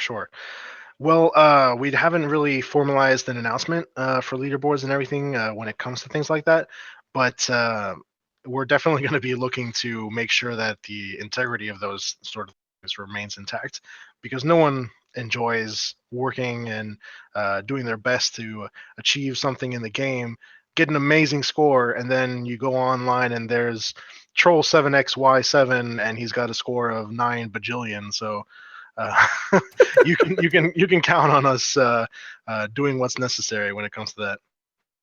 Yeah. Thank you for that, because it is really lame. It kind of kills your the people putting forth an honest effort when they see stuff like that. Definitely. So and I've run into that myself too. I played a game called Seraph, again, a game like with Angelic stuff, and I'll never forget it. I was practicing and finally got the speed run level done, and you'll know how big of a deal that is for me because I mentioned I suck at speed runs. And then I finally get there. I beat the number one score, at least the one that I had remembered from before. And then I go to the leaderboard and there's some obnoxious name with some crazy number, and I was just like, come on, give me a break. Yeah, I think we've all been there. And as much as I play fighting games, I mean, you see that kind of thing way too much, especially, boosting where they just, have someone like a dummy account on the other end and they just, bump their Right. score up. But so last question I've got here is from Sunraiser, and then I'll pass it over to Mike, see if he's got anything. And Sun is asking, what about the achievement and trophy system? How's that coming along? That's probably a question better suited to the dev team. I don't have any bad news to give about that, so that's good news. Everything, it's just, add that to everything else that they're working on and is coming along smoothly, and we'll definitely be talking about, so you can look forward to it. But no bad news, so you can rest easy. Oh, this just popped up right now. Bloody Tears 92 asks, can you speak at all to the staggered content situation? Is that still a thing, or are they still deciding? We're still kind of in the process of officially responding to that, but yeah, you'll be. All I can say right now is I know that sort of issue will definitely have made some people worry or have concerns. All I can say right now is don't worry about it, and an official announcement will be coming about that pretty soon. All right, excellent.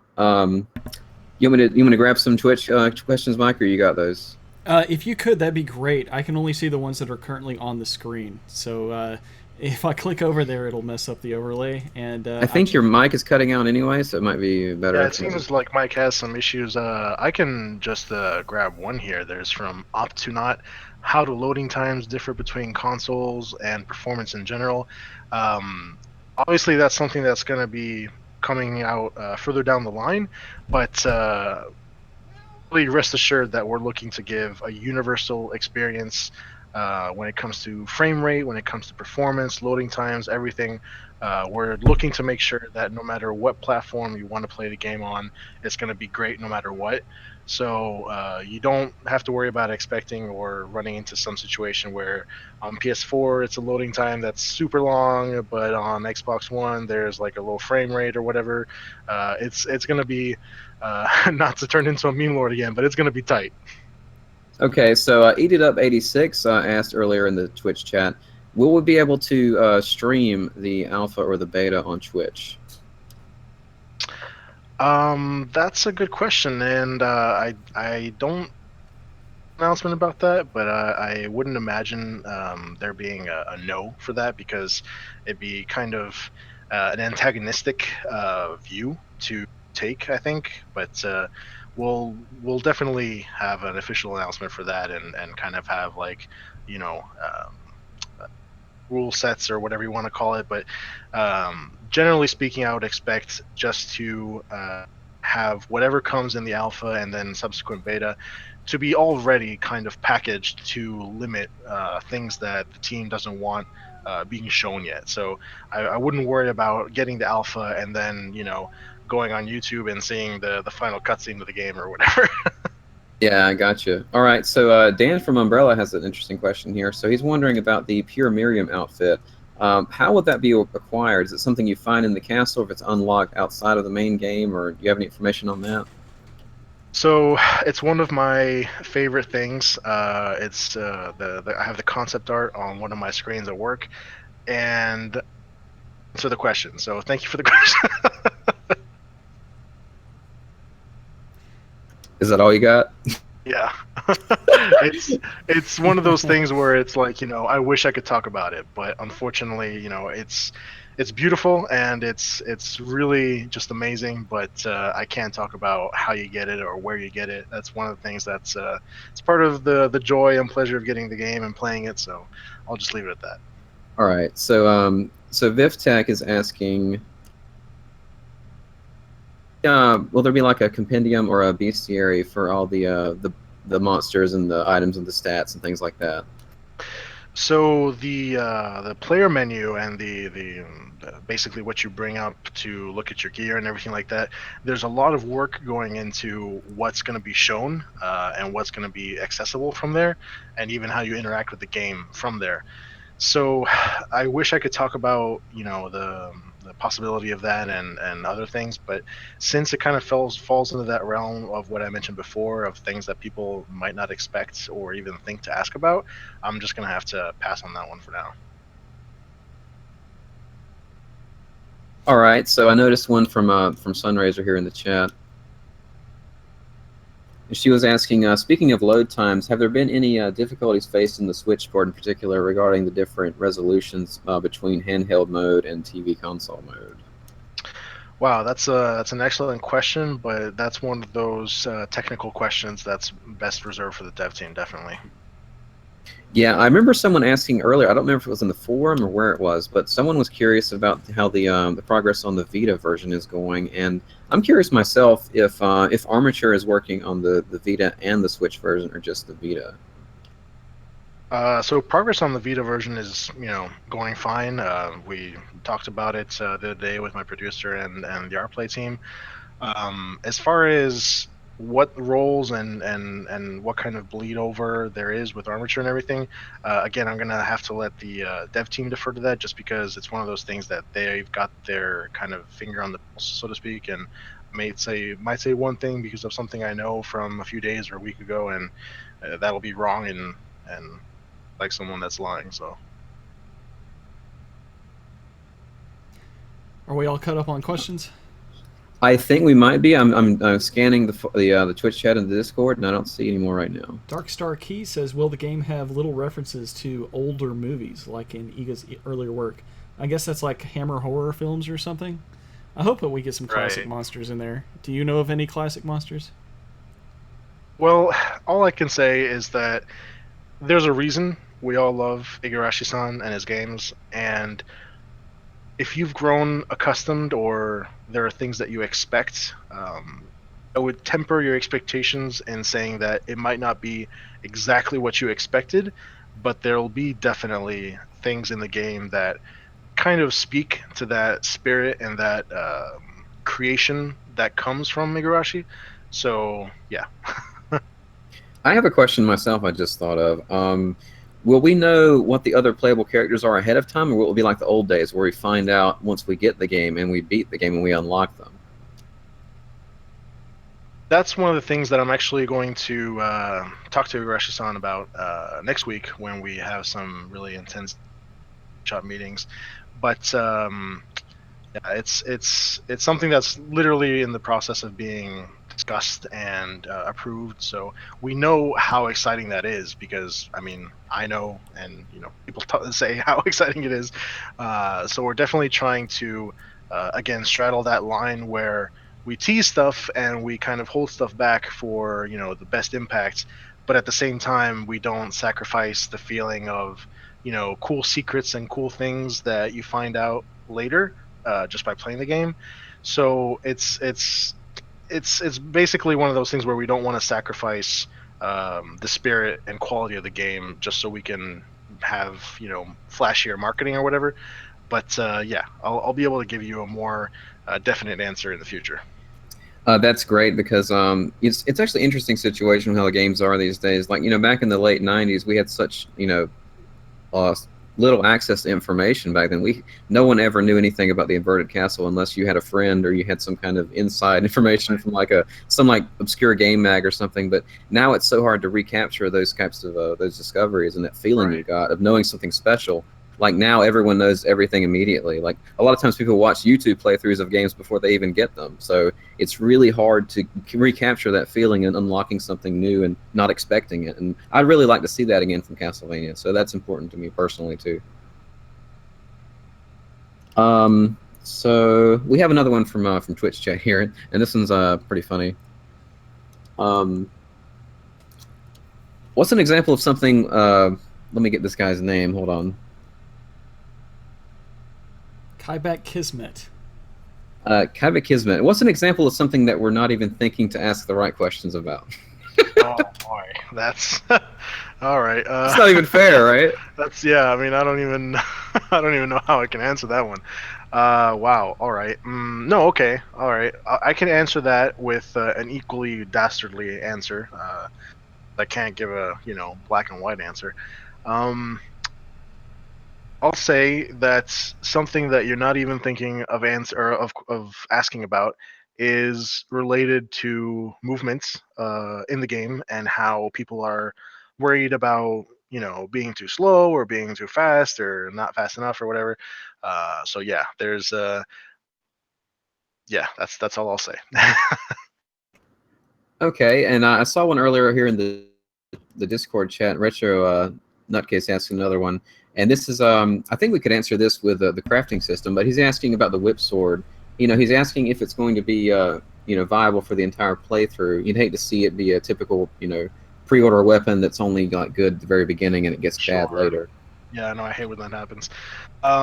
So yeah, it's definitely let's just say that the things that you'll be getting in the game, various exclusive little Kickstarter rewards and stuff, you won't have to worry about something being just in general, not just the Kickstarter rewards. You won't have to worry about something being the have to use meta sort of thing. Like that's not what Igarashi-san is creating. He's not making a one size fits all. Everyone is going to look this way and play this way by the end of the game, and that's that sort of deal. Could you answer me this? Is something I've thought of as well. Is Ippo Yamada-san, is he still working for the music of the game? Because we haven't heard anything from him since like the Kickstarter snippet of that one song. Sure.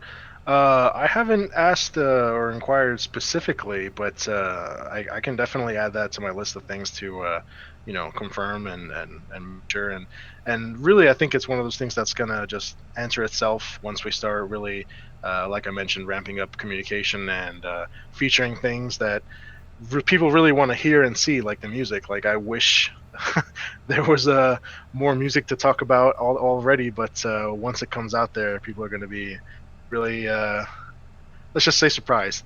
So that's good to hear, man.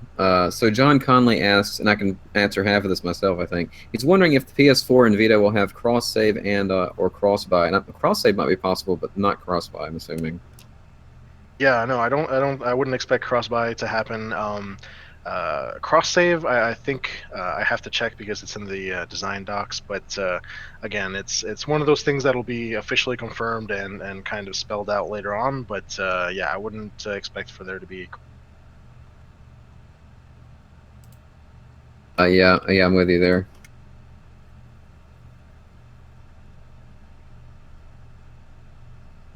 Dan from Umbrella is asking, let's see.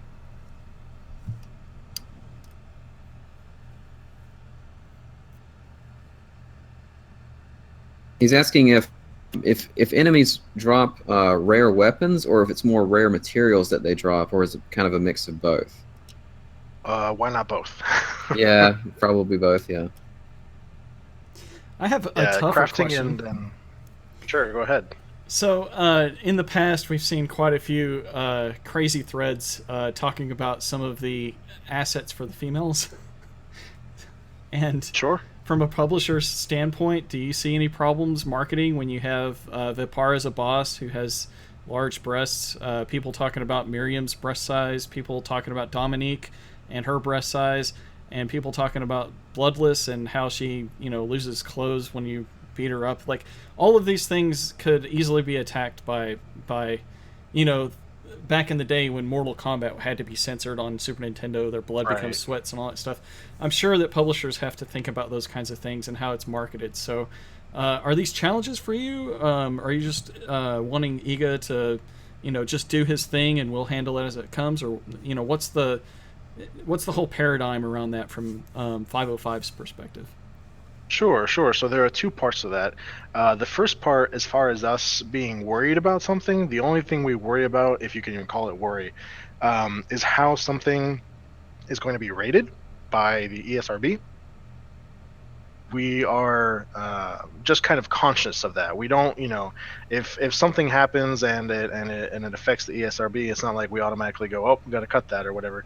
But it's just something we keep in mind and work with the developer to make sure that we're staying in the rating that they want, really, that we want, that all of us want for the game. As far as like eventual controversies or whatever, we don't have really like an official policy on it or whatever, but it really falls back to what I was talking about before, where Igarashi-san is the game master. He has a vision for the game. There's a reason for things to be the way they are, and there's honestly, I mean, now this is just me personally speaking, but there's honestly nothing wrong with having a character that maybe has more sex appeal, or a character that has a different body type or whatever. The main kind of real takeaway, if you will, is just that the main focus for us is making sure that Igarashi-san's vision comes through as much as possible and as authentically as possible. We're not going to be, if tomorrow you see a forum thread from someone that's offended because Miriam has gray hair on the skin and that means she looks old or whatever, that's not something that we're going to look at and say, oh well, such and such user is offended, so we have to tell Igarashi-san he has to change the game. That's not what we're about. I think that's a very fair answer. Those things are important to people. We have a female lead, which a lot of people were really happy with. Iga said that he actually started with a male character in mind for Bloodstained and switched Right. because he was advised to during the Kickstarter because it would do better, and that was part of the current conversation in the climate. So just seeing, Iga making that decision and stuff, I can see that this game will have that conversation surrounding it. If it doesn't now already, Right. it will eventually. So And I'll even go further than that and say that everything that I've seen in the game, whether it's a character, whether it's Miriam herself or the boss or whoever, there's always a reason, artistically speaking, for that character, for that item, whatever it may be, to be the way it is.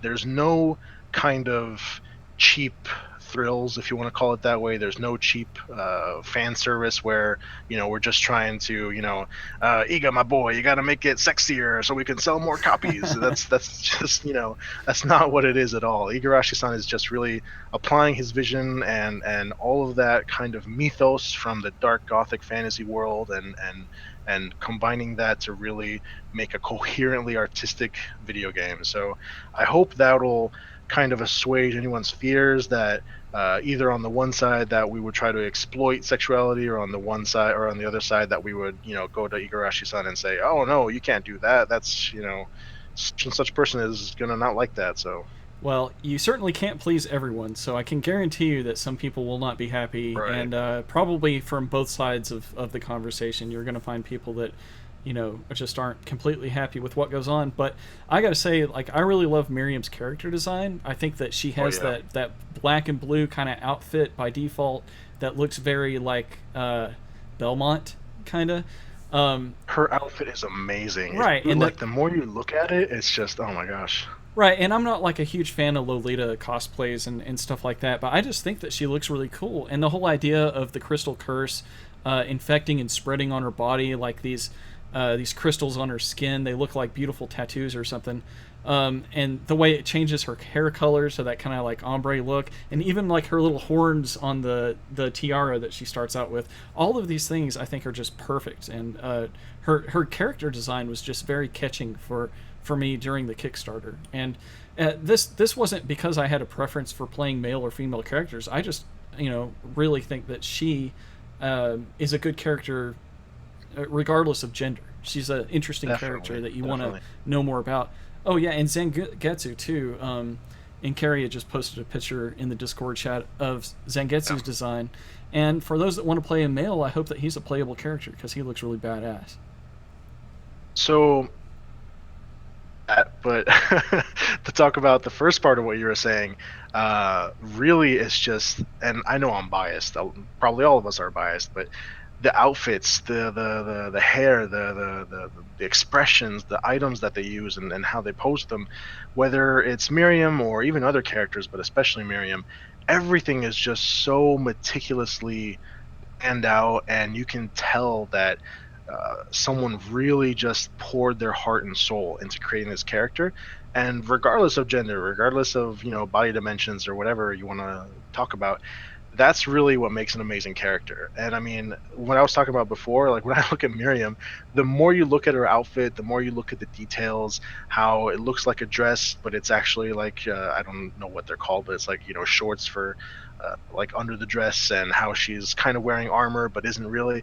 It's just all like coming together, and it's like a screensaver, you know. Like the more you look at it and you're appreciating it, the more you find things to look at and kind of analyze. Yes. So I've got a question here from from Sunraiser that's and no comment is always a valid answer. Just to remind you, man. So you don't have to cover these things if you don't want to. But she's asking if Miriam succumbs to the crystal curse. Is that like is it like a game over, or does it just make her evil Miriam and she needs to seek out redemption or healing? But or better phrase, like actually, do you notice the curse having in-game effects, and does the curse eventually like overtake her? Oh boy. Well, those are excellent questions, and I think I thank you for those questions. But like you mentioned before, no comment at this time. Yeah, I don't even want to know, to be honest with you. So Yeah, it's one of those things where you really, you know, it falls into the category of things that when you play the game, there's going to be a lot of elements and a lot of both big and small features that just kind of leave you. I don't want to say speechless because that's maybe an exaggeration, but leave you like really a little bit in awe and just kind of like, you know, observing and appreciating it. So I'll just leave it for the dev team and for the game itself when it comes. all right, and I'm trying to. Darkstar Key is asking the important questions here. What is a man? No. It's a miserable little pile of secrets. I think we all know what a man is. Yeah. But is that but is that enough talk, or do we have some more questions coming? What do you guys think? Enough talk. How about you? Actually, Opt. I want to get to this one. I don't know if Angel will get answered or not, but Opt to Not asked a while back in the Twitch chat, will there be a news channel for the Switch version, like how in some games they have like a news reports from community managers that populate inside the game or the Switch channel? Oh yeah, that's I can't answer that right now, but that's going to be kind of part of what I answered before about Switch functionality and things that we're going to be talking about that are specifically just for Switch. I will say though that to feel left out just because they bought Bloodstained on one platform versus another. So don't expect to, you know, be feeling got the inferior version, so to speak. That's great. Yeah. One thing that some people were concerned about was like the perceived graphical inferiority of like the weaker consoles, like the Vita or the Switch. But I don't think we need to have much worry about that. Oh, you don't. Graphical fidelity, performance, again, that kind of general catch-all of the quality bar. That's really one of Igarashi-san's biggest kind of not concerns. That's the wrong word. Areas of focus. That's, you know, quality is everything to him, and therefore it's everything to us. Darky also says, "How tough will the game be at its toughest difficulty?" Well, we did unlock Nightmare Mode as a Kickstarter goal, so it will be nightmarishly difficult. Yes, I am very excited for Nightmare Mode. I'm not trying to sound like a get good scrub elitist, but I am pretty sure that people are going to be very happy with it. Kai Brightwing says, "Is there going to be another demo to play?" And I think alpha access is on the horizon somewhere, so I think we'll learn about that soon. Yeah, I mean, there's obviously going to be different builds of the game, and I wouldn't worry too much about when a certain demo or a certain version of it will be coming out, just because I know it might seem like recently things have been relatively quiet or, you know, slower to be revealed or whatever, but there's a very good reason for that, and the reason is that we're enacting plans that are very specifically built to reveal things in the most exciting way and the most consistent way. We don't want to kind of just dump everything on the community and be like, all right, see you in 6 months, don't forget about us, be sure to buy the game. Right, and along with the release of information, the voice actors, English voice actors, Japanese voice actors, all that stuff will be revealed in time. But can we at least confirm that David Hayter's still on board with the project and Robbie Belgrade? There's no like I said before, but I'll say it again. If anything has been confirmed as a feature of the game, unless there's been an official announcement that says that something had to be cut, and we would obviously explain why and hope compensate for that later. But yeah, there's no reason to think that Hayter is not working on the game. Excellent. Yeah, I'm sure that's reassuring. There was that whole strike, so everyone was wondering if that would affect him or not. But Sure. Yes. Kept you waiting, huh? Another sequence breaking question. We tried to answer that earlier. I was not the best person to do so, but we did kind of cover that. Did anyone else have any other questions? We're about to run up on our 2-hour mark. Yeah, it looks like we've got about 10 minutes left if anyone wants to. And Carrie is posting a picture. Any news on this? Wow, I can't say that I've seen that before. I'm gonna pretend I never saw that and that I still haven't seen that. What's interesting about that boss is it was described as using crescent moon-shaped sickles as projectiles. And when I saw that, I thought, hey, that sounds like Death's sickles when you're fighting him in a classic Castlevania game. So yeah, I don't know look if at this... their head, though. There's like the moon-shaped sickle there. I bet they're shaped more like that. Well, I can't talk about that picture, but I can say that part of my job involves me looking through concept art and builds and everything like that. So some of the things that I see are just like, and keep in mind that I have all the Dark Souls art books. I'm a huge Dark Souls fan. Played lots of other games that are, kind of in the same theme and spirit at least. And I still look at some of the concept art and I'm just thinking to myself, what in the world am I looking at? And in the good way, not the bad way. I'm like, just completely just flabbergasted. And just my anticipation levels just go through the roof, and then I go into that whole dark place of, do I keep my job or do I just spoil everything? So yeah. Yeah, keep your job, man. We want to keep you around. You've been so great for the community. We really enjoy having you here.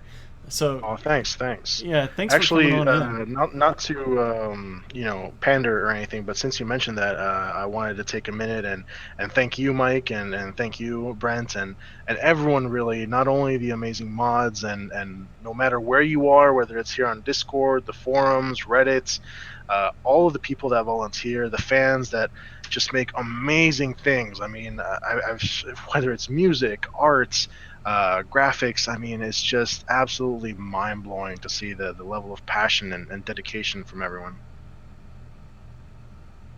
Well, hey, we're just fans too, but yeah, it's great because we're in it together and we really feed off each other's energy. I love when I see new new fan art or some new music cover. It's just excellent the way we see this stuff going. Sunraiser had recently broken her arm, and she's got bloodstained flowers. Yeah, that looks amazing on her cast. And then I saw a new question here from Gunlord asking to talk more about Deco. Sure, yeah. Well, there's a lot of stuff that's regarding Deco as far as amazing, cool things they're working on because they're leading the development effort now, and I can't talk too much just because if I start talking, it'll easily go into drifting into spoiler territory. But I can say that working with them is a pleasure, and my literally, whether it's my producer or me, and making sure that we're all communicating and jiving on the same page.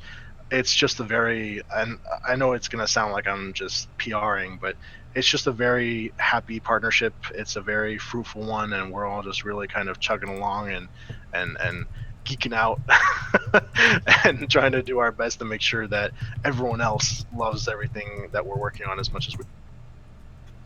Hey, Mana's in the chat. Everybody say hi to Mana. Is she in the room? Hey, Mana.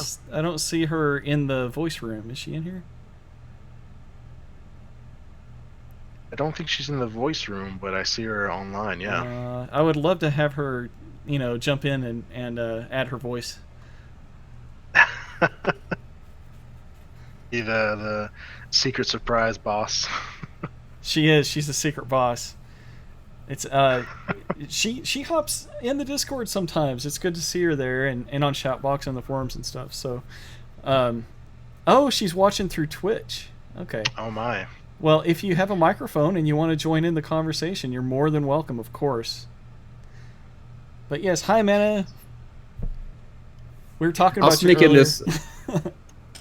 Yeah, we were. I'll sneak in this question from Crocodile here, and he's asking if Angel's familiar with the anime Outlaw Star. He's asking because he wonders if the bullets Miriam will use in her guns, if you have to buy them or make them, if they have special properties and abilities, and a comparison could be like the guns Albus used in Order of Ecclesia. That's an awesome question, Crocodile, and I will tell you that I have seen Outlaw Star, and I loved it. It was really, really great. Answer your question and give you a satisfaction for the guns, but I can tell you that ties into another question I've seen, I don't remember where now, where someone was asking why haven't we seen anything about the guns in the E3 build, etc. And there's a reason for that. Because guns are amazing and awesome, and it's going to be a big deal when we show them off, and you should definitely look forward to it. So I'm sorry, Nice. That's the super tease, but Well, someone mentioned Outlaw Star. I just got to say the intro and the outro music for that is my favorite Japanese music of all time. So I love that Outlaw Star music. Absolutely great. Oh man, Mana would join us, but she said the team's having a heated discussion behind her. I wish I could be a fly on that wall and know Japanese. Yeah, that's my one great regret that I haven't, because I started studying Japanese a while back, but recently, for obvious reasons, I've been picking that up much more intensively. But unfortunately, I'm nowhere near proficient enough yet to have a conversation. Yeah, I'd like to learn myself. My wife actually knows some conversational Japanese, and we're actually interested on taking like a trip to Japan, like an extended stay, maybe live there for a while eventually, but that's just a dream for the future. Sure. But enough about me. So speaking of Mana in the office, her last post on the forum actually was that Adi Shankar stopped by briefly at Art that Play. is so cool. I don't So think that I'm Ida looking had a forward lot of to. time, but- Yeah, they didn't have much time, but here's hoping for Bloodstained Anime 2026. That would Oh be, man, that would be amazing. Yes. yeah. So all I'll say is that I love anime, and I'm sure that's true for at least most, if not all of us that are here on the Discord and on Twitch and everything. But there are so many projects that I would love to see become a reality, based on Bloodstained, based off of Igarashi-san's vision. So let's just hope that happens. That what we believe in, that the project, that the Bloodstained is going to be as successful as we all know it's going to be, and that just barrel rolls into the future. I think it will. Do a barrel roll. Anyways, but it's so nice to see everybody here that's in the Discord and the Twitch. It's the first Definitely. live show that we've really recorded. We've done a Discord thing before, but it was nothing that was advertised, so it was a little bit more personal. But seeing so many people live together like this, it reminds me of the Kickstarter days when we were all watching the live streams and stuff, and we would be in Twitch chat. But yeah, all of that was super exciting, and it's good to get a little bit part of that back. Having the community. And I'll say even more to everyone that's here, to everyone that might catch the video later on. This is just the literal tip of the iceberg. Like, we're at the very beginning of what's going to be the kind of, stereotype up graph that you see in the business room. There's going to be a lot more engagement, a lot more media, a lot more news coming out, and a lot more people are going to be coming to the forums, to the social platforms, to Discord. So I would really recommend that everyone that's here, that gets to watch the video, enjoys this kind of close-knit environment as long as it lasts, because I know I'm biased, again, but for as successful as Bloodstained, I believe, is going to be, I'm pretty sure that all these channels are going to blow up, and it's just going to be like nonstop people chatting and talking. So enjoy the cozy fireplace while it lasts, because pretty soon it's going to be bit bigger. Well, let's blow it up, man. The more the merrier. Yeah, definitely. Yeah, we love people that like the same things you do. That's what this community is all about. We all love Iga. We all love his previous games. We all love Bloodstained, and just all of the creators that have worked with him, the art, the music. It's all just so awesome to have people that like the same stuff you do and share a hobby and a passion with people. But I think this is a good place to wrap it up. If anyone had any other questions, last minute stuff. If not, then we'll go ahead and say our goodbyes. Yeah, definitely. I think it's been a great first run, and I just want to thank again everyone for their questions, for their passion. I want to thank the team in Japan, Artplay and Deco. They're all working their heads off. Let's use a nice euphemism to make sure that we all get an amazing game. And look forward to a lot of surprises, even when it comes to community engagement. We're gonna have, at least we're planning on having, some surprise guests and people that you wouldn't expect come online and talk to you and get you the straight from the horse's mouth perspective. Awesome. That is it's got me hyped. I am ready. So bring them on. Bring on the masses and bring on all of the surprise guests. It's going to be great. And most of all, I'm sure I'm very hesitant because I don't want to appear to be like a sycophant, but a big, enormous thank you. I'm sure I'm speaking for everyone when I say a huge, enormous, galactic level thank you to Igarashi-san for doing all the work and really just making all those decisions that had to be made to get us here to where we are today. And it's really just something that I think all of us are going to be forever grateful for.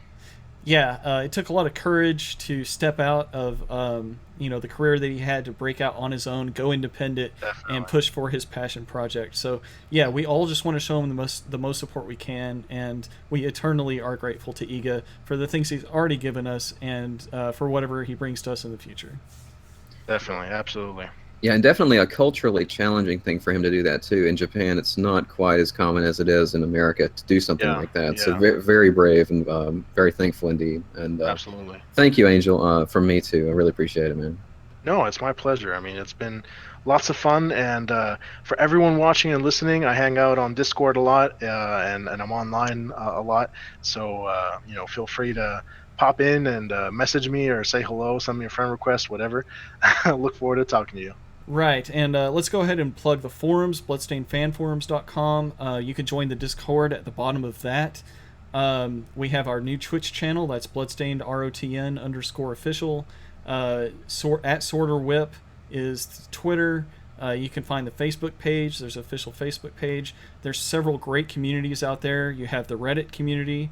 You have several groups on Facebook that are really nice to join. Operation Akamajo is a nice page, but there's also Bloodstained Orphan.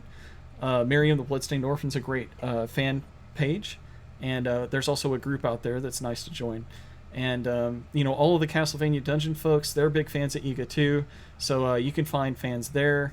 There's even an Amiibo, if you know what Amiibo is. Not Amiibo, Amino. Amino. What is that? Is that what I'm thinking of? Amino, A-M-I-N-O, like the amino acids. Amino, like amino. Yeah, I was like, it's okay. Anyways, yes, there's even that out there. So there's all sorts of communities. The Tumblr, everything. There's all sorts of stuff out there, and if you have art that you want to share, bring it to the forum too, because we collect it there in a gallery. If you have music to share, bring it to the forum, man. We have a lot of collection there, and I keep a YouTube playlist, anything that I could find from the fandom, and put that music in there. I do that. So just connect, keep creating, keep your passion up, and I'll see everybody on the forums. Thanks for joining us. Once again, special thanks to Angel. You're great to have, man. You've brought a lot of energy to the fandom. So thank you so much for conversing with us. And you're, of course, more than welcome to do this whenever you want. Just let me know. We'll get it going.